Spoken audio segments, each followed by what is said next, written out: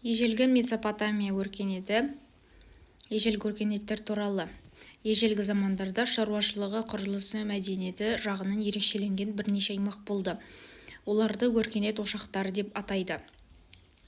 Мұндай өркениет ошақтары ірі өзен алқаптарында қалыптасты. Өйткені ірі өзендер алқабы тіршілікке қолайлы болды. Ірі өзендердің бойында өсімдіктер мен жануарлар көп кездесті. Ол жерлер адамдар өміріне қажетті нәрселерді табуға да ыңғайлы еді. Бұл Ефрат пен Тигр, Ніл, Үнді және Ганг, Янцзы мен Хуанхэ өзендері алқаптары. Егін шаруашылығына тиімді болатын. Онда сонау ерте замандарда адамдар мекен етті. Отырықшы өмір кешіп, елді мекендер мен қалалар салды. Міне сол қалалар олардың біршама жетілген, дамыған жағдайын көрсетеді. Ал қалалар өркениетті дамудың маңызды белгісі. Байқап отырғанымыздай, алғашқы өркениеттер ірі өзендер атымен аталады. Мысалы, Қос өзен өркениеті, Үнді өркениеті және тағы да басқа. Қос өзеннің табиғат жағдайлары. Азияның оңтүстік батысында қатарлас ағатын Ефрат пен Тигр өзендері. Олар Кавказ тауларының оңтүстік сілемдерінен басталып, Парсы шығанағына құйылды.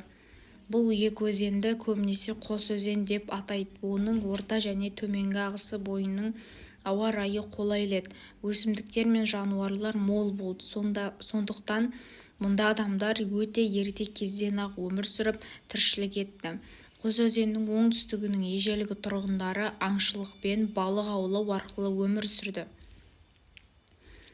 Батпақты да жұмсақ әрі құнарлы топырақты жерлерді біртіндеп игере бастады. Ауа райы үй жануарларын өсіруге қолайлы болды. Шөптесін өсімдіктер жеткілікті еді. Бұлар жалпы мал шаруашылығының ерте дамуына мүмкіндік берді. Қой, ешкі, шошқа, сиыр сияқты жануарлар өсірілді. Қамыс отын үшін де пайдаланылды. Саз балшық бұл аумақтағы халықтар өмірінде ерекше орын алды. Кейінірек балшықтан кірпіш жасауды үйренді. Бұл құрылыс ісінің дамуына ықпал етті. Қос өзеннің солтүстігінде құнарлы жазықтар өте аз болды. Онда әрі ағаштар мен өсімдіктер өсіп, көптеген аңдар өріп жүрді. Бұл жерлерден адамдар өте ерте кезден ақ құрылыс пен қолөнерге қажетті тастар мен металдарды тауып пайдаланған. Қос өзеннің оңтүстігінен салыстырғанда мұнда қыс суық, қар қалың жауады. Көктем мен күз жаңбырлы, жаз айлары кейде ыстық, тіпті ыстық болған соншалық шөптер қурап кетіп отырды. Шумер мемлекеті. Біздің заманымыздан бұрынғы 4000 жылдықта Қос өзенде қалалар пайда болды.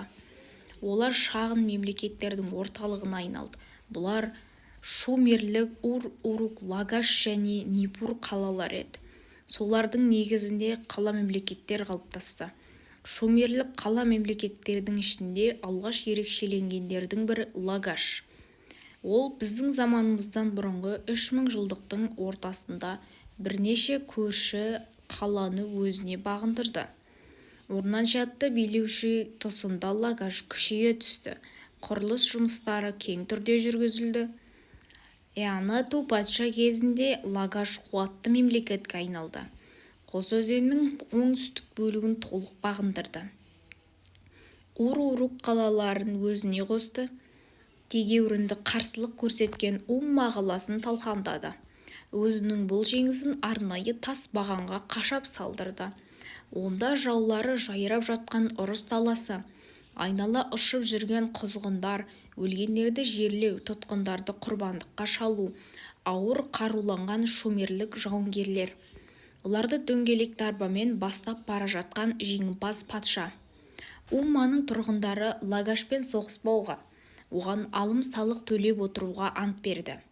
Келесі бір жазбаларда Эанату патшаның Киш қаласының және Эламның билеушілерін жеңгендігі баяндалған. Шумер мемлекетінің құдіретті патшаларының бірі Лугал Заггеси болды. Ол Шумердің діни орталығы Нипурды бағындырды. Өзін Урук пен Урдың патшасы деп атады. Сөйтіп біріккен Шумер мемлекетінің астаналары ретінде осы екі қаланы жариялады. Шумерлік қалалардың гүлдене түсуіне мүмкіндіктер жасады. Бірақ осы кезде Шумердің солтүстігінде ірі Аккад мемлекеті пайда болды. Сөйтіп, екі ірі мемлекеттің арасында күрес басталды. Аккад мемлекеті біздің заманымыздан бұрынғы 24 ғасырда Қос өзенде ірі мемлекет құрылды. Оның орталығы Аккад қаласы болды. Шаруккин Саргон есімді патша Шумер жерін қосты. Шумер Аккад патшалығын құрды. Қос өзен жері енді өзара қырқысу соғыстарын тоқтатты. Бейбіт өмір сүруге мүмкіндік алды. Бұрын шағын мемлекеттердің әрқайсысы қажетті каналдарды өздері қазатын. Енді әрі үлкен, әрі ұзын каналдар жасалды. Бұл егін шаруашылығын кеңейтіп, одан көп өнім алуға көмектесті. Адамдардың көпшілігі егіншілікпен айналысты. Қала мемлекеттер кезінде саудагерлердің бір қаладан екінші қалаға баруы қиын болды. Ал енді олар бүкіл елді еркін аралай алады, сөйтіп сауда дамыды. Шаруккин біріккен Қос өзен халықтарын қуатты әскери күш жасақтады. Күміс таулар деп аталған Сирия жерлеріндегі тауларға дейін жорық жасады. Ол мықты патшалық билік орнатты. Оны әлемнің 4 құбыласының билеушісі деп те атады. Аккад мемлекетінің гүлденуі Наram-Син патшаның кезінде болды. Оның билігінің алғашқы жылында бірнеше қала мемлекеттер көтеріліске шықты. Ол көтерілістерді басқан соң Наram-Син жаңа жерлерді жаулап алуға кірісті. Батыстағы Сирия жерін басып алып Жерорта теңізіне дейін жетті. Солтүстікте Урарту жеріне дейін Тигрдің бойын тұтастай бағындырды.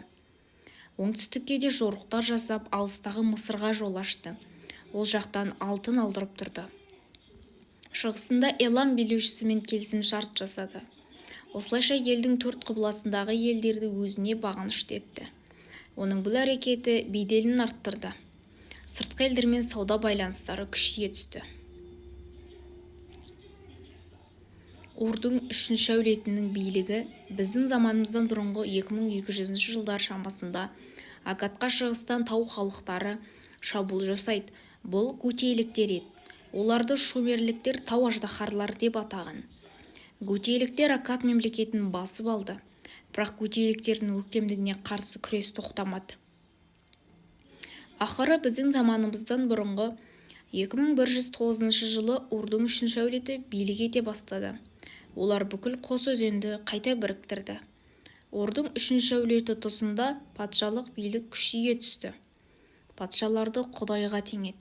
Бұрынғы қала мемлекеттердің билеушілері патейсиялар енді патшаның аймақтық әкімдеріне айналды. Бұл жағдай патша билігін нығайта түсті. Сондықтан Урдың 3-ші әулетінің өкілдері Қос өзеннің батысы мен шығысына жорықтар жасады. Сөйтіп Қос өзенде мықты мемлекет құрды. Шумер жерінде әлемдегі алғашқы жазулардың бірі пайда болды. Олжас Сүлейменов Шумер жазуын түркі тілдерімен салыстырды. Өзара ұқсас сөздердің бар екенін анықтады. Мәселен, ада, ата, от, уш, іш, тағда басқа. Шаруашылығының дамуы барысында күшейген Урдың 3-ші әулетінің билеушілері батыл басқыншылық саясатын жүргізуге көшті. Бұл саясат өзінің жоғары шыңына Шульги атты патшаның тұсында көтерілді. Шығыстағы таулы өлкенің тайпаларына қарсы 9 рет жорық жасады. Элам жерінің бір бөлігін өзіне бағындырды. Бұдан соң солтүстікке аттанып Тигр өзенінің жоғарғы ағысына бойын жаулап алды.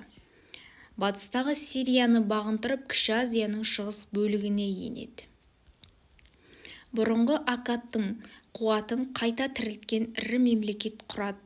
Шульги өзіне құдай тәрізді табынуды талап етеді. Оның құрметіне храмдар салынып, мүсіндік ескерткішіне құрбандық шалынады. Мемлекет бір ғасырдан астам уақыт өмір сүрді.